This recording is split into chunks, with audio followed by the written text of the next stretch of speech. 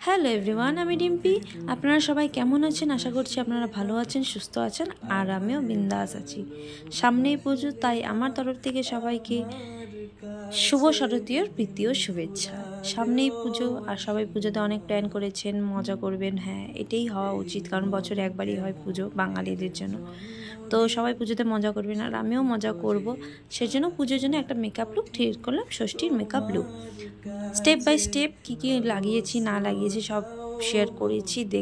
দেখবেন, অবশ্যই স্কিপ করবেন না, অবশ্যই দেখবেন। তো দেখতে থাকেন আজকের মেকআপটা।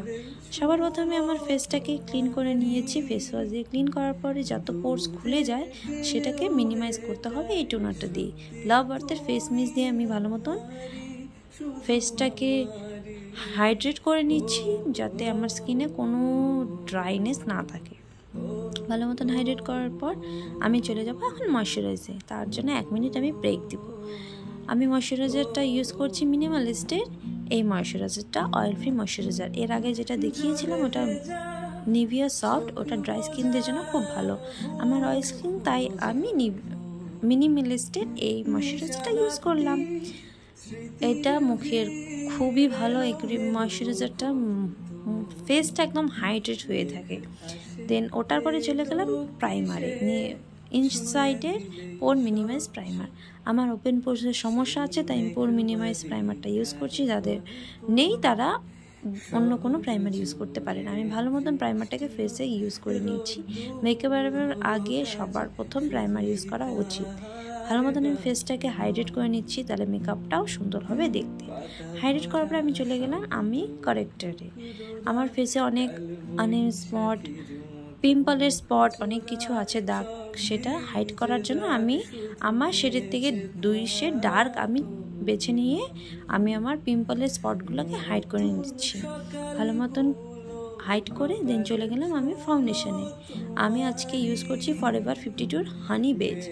এই শেডটা আমার স্কিনের সাথে একদম যায়, আমি সেই শেডটাই আজকে ইউজ করছি। এইটা সব স্কিনদের জন্য হবে না, এটা হলো মিডিয়াম স্কিন টোনের জন্য এই হানি শেডটা ভালো। আমি একটা ড্যাপ বিউটি ব্লেন্ডার দিয়ে ভালো মতন ফাউন্ডেশনটাকে ব্লেন্ড করে নিচ্ছি। মেকআপের মধ্যে যত সুন্দর ব্লেন্ডিং হবে তত সুন্দর মেকআপের বেসটা ক্রিয়েট হবে। ব্লেন্ডিং ভালো না হলে মেকআপ ফেটে ফেটে যাবে, দেখতে সুন্দর লাগবে না। এখানে আমাকে দেখতে ভূতের মতন লাগছে, কিন্তু কিছুক্ষণ পর ঠিকই সেট হয়ে যাবে। ভালো মতন আমি ফাউন্ডেশনটা লাগিয়ে আমি চলে গেলাম কনসিল করতে। যেখানে যেখানে হাইলাইট দরকার সেখানে আমি হাইলাইট করে নিচ্ছি, মানে কনসিল করে নিচ্ছি।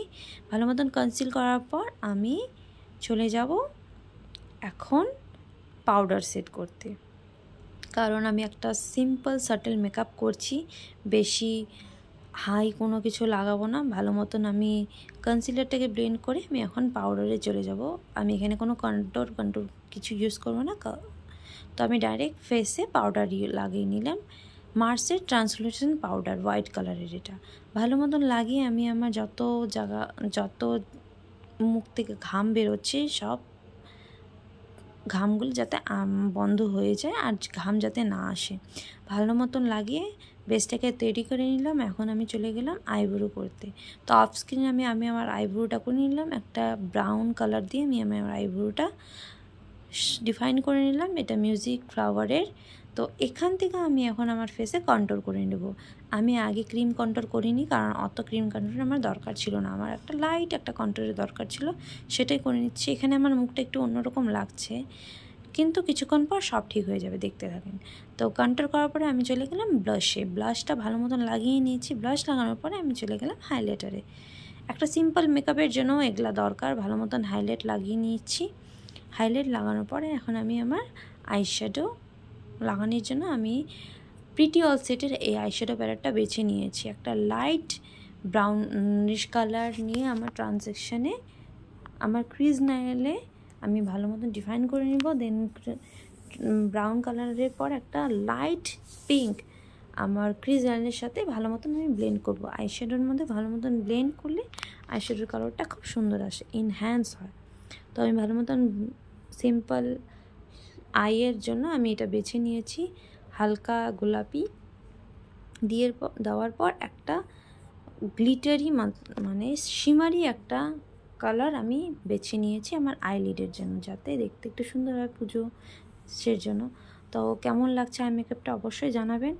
আইশ্যাডো লাগানোই হয়ে গিয়েছে, এখন আমি লাগাবো কাজল।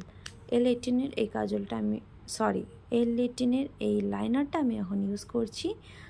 সিম্পল একটা উইং টাইপের ক্রিয়েট করব, বেশি টানবো না কারণ আমার চোখে ভালো লাগে না। ভালো মতন আমি আইলাইনারটা লাগিয়ে নিয়ে আমি মার্সের এই মাস্কারাটা আমি লাগিয়ে নিলাম। মার্সের এই মাস্কারাটা খুবই ভালো, কম বাজেটের মধ্যে ভলিউম খুব সুন্দর আসে আইল্যাশে। মাস্কারা লাগানোর পর আমি আমার লোয়ার ল্যাশ লাইনে আমি একটু আইশ্যাডো লাগিয়ে নিয়ে ব্রাউন কালারের লাগিয়ে নেওয়ার পর আমি একটা ব্রাউন কাজল দিয়ে আমি আমার বটম লাইনে লাগিয়ে নিচ্ছি, কারণ আমার চোখগুলো ছোট ছোট, কাজল লাগালে আরও দেখতে ছোট লাগবে, সেজন্য আমি ব্রাউন একটা কাজল লাগিয়ে নিয়েছি। লাগানোর পর আমি চলে গেলাম লিপস্টিক। আমার মেকআপ কমপ্লিট, এখন লিপস্টিক লাগালেই আমার মেকআপ হয়ে যাবে। আমি সবার প্রথমে একটা ডার্ক ব্রাউন আমি আমার লিপটাকে ড্র করে নিচ্ছি ভালো মতন ডার্ক ব্রাউন দিয়ে, যাতে দেখতে খুব সুন্দর হয় মেকআপটা। ডার্ক ব্রাউন করার পর আমি মিডিলে একটা লাইট শেড দিয়ে আমি লিপটাকে কভার করে দেব। কভার করার পর আমার মেকআপ এখানেই শেষ হতে চলেছে। বেশি কিছু আর ইউজ করব না, সিম্পল একটা মেকআপ ক্রিয়েট করছি। দেখতে একটু ওরকম লাগছে, কিন্তু মেকআপটা সেট হয়ে গেলে একদম অন্যরকম লাগবে। তো আমার মেকআপটা সেট, লাস্টে আমি ইনসাইডের একটা সেটিং স্প্রে দিয়ে আমি মেকআপটাকে সেট করে নিলাম। আমার মেকআপ এখানে কমপ্লিট। আশা করছি আমার এই মেকআপটা খুব ভালো লেগেছে। অবশ্যই কমেন্টে জানাবেন কেমন হয়েছে, ভালো হলেও জানাবেন, খারাপ হলেও জানাবেন। তো ষষ্ঠীর জন্য এই মেকআপ লুকটা খুব সিম্পল, খুবই ভালো, দেখতেও সুন্দর লাগছে। কমেন্টে জানাবেন, লাইক করবেন, শেয়ার করবেন, আর আমাকে সাবস্ক্রাইব করতে ভুলবেন না। তো আরেকটা নতুন ব্লগ নিয়ে আসবো খুব শিগগিরই। তো আজকের জন্য বাই।